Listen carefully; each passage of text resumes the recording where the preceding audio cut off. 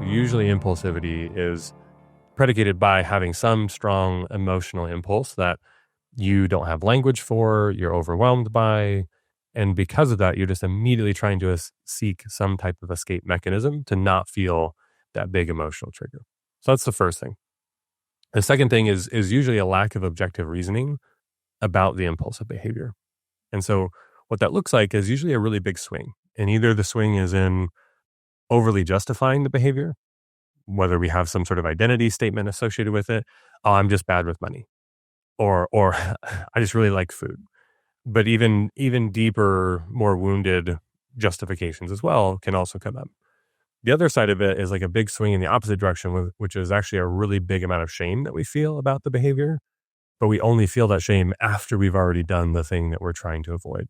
And now afterwards, we're feeling this intense level of shame, which kind of creates this vicious cycle, because if we don't have the emotional awareness and emotional capacity to navigate the shame, we're just going to fall into the cycle of, I've developed this habit and pattern that anytime I feel shame, here's the mechanisms that I use to be able to have this impulsivity that's usually linked to dopamine, right? The good majority of all of these behaviors are usually traditional conditioning.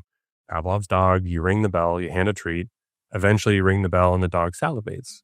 This is a conditioned connection between trigger and response. The problem though for most people is they don't understand that dopamine isn't necessarily a pleasure response.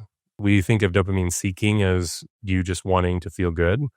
Dopamine also is released in the brain when you feel safe. And so the conditioning is not only just you trying to feel pleasure, but it's also safety. And you can get safety from any number of things, even repeating a thought that you've had 1,000 times, even if that thought doesn't serve you, even if that thought degrades you or makes you feel bad about yourself, you've repeated it enough times that feels more safe than saying anything else about yourself. And those patterns create like these very rigid ruts. You think about when you get stuck in a rut, your wheels are stuck in this rut and pulling you along, even though you don't want to be on this path.